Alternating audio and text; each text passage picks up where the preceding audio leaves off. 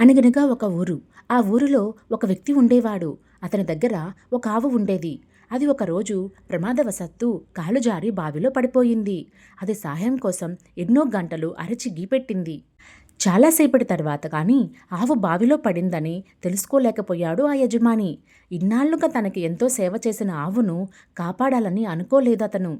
ఎందుకంటే ఆ ఆవును పైకి తీయడం అనవసరం, ముసలిది అయిపోయింది అనుకున్నాడు. అంతేకాక ఆ బావిని కూడా మూసెయ్యాలని ఎప్పట్నుంచో అనుకుంటున్నారు. అందుకని దానిమీద మట్టి వేసి బావి నింపటం మంచిదని భావించాడు ఆ వ్యక్తి. ఆ పని చేయడానికి తనకు సహాయం చేయమని పక్కింటి వారిని కూడా పిలిచాడు. అతను పారతో బావిలో ఆవిపై మట్టి వేయడం ప్రారంభించాడు.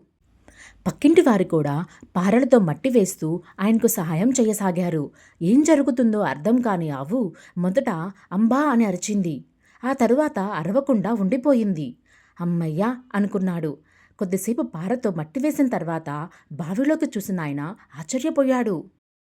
తనపై మట్టి పడుతున్న ప్రతిసారి ఆవు మట్టిని విదుల్చుకుంటూ ఆ మట్టి మీదే నిలబడి పైకి రాసాగింది. అతని పక్కింటి వారికి ఆశ్చర్యం కలిగింది. బావిలో నిండిన మట్టి మీదగా ఎక్కి ఆవు పైకి వచ్చేసింది. ఆవు తెలివికి మెచ్చిన అతను తన తప్పు తెలుసుకొని అప్పట్నుంచి ప్రేమగా చూడసాగాడు.